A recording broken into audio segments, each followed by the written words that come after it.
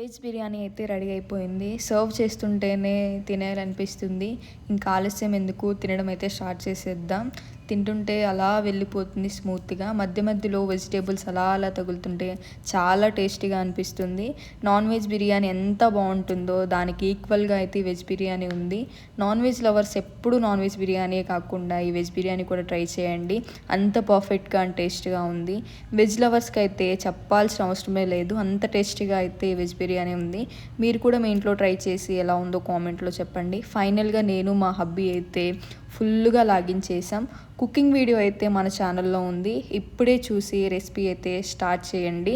Veg బిర్యానీలోకి curry ఏం చేసుకోవాల్సిన అవసరం లేదు. ఒకవేళ మీకు ఏమైనా కాంబినేషన్ చేసుకోవాలనుకుంటే పెరుగు చట్నీ అయితే చాలా బాగుంటుంది. మేమైతే ట్రై చేసాం, మాకు నచ్చింది. మీరు కూడా ట్రై చేయండి.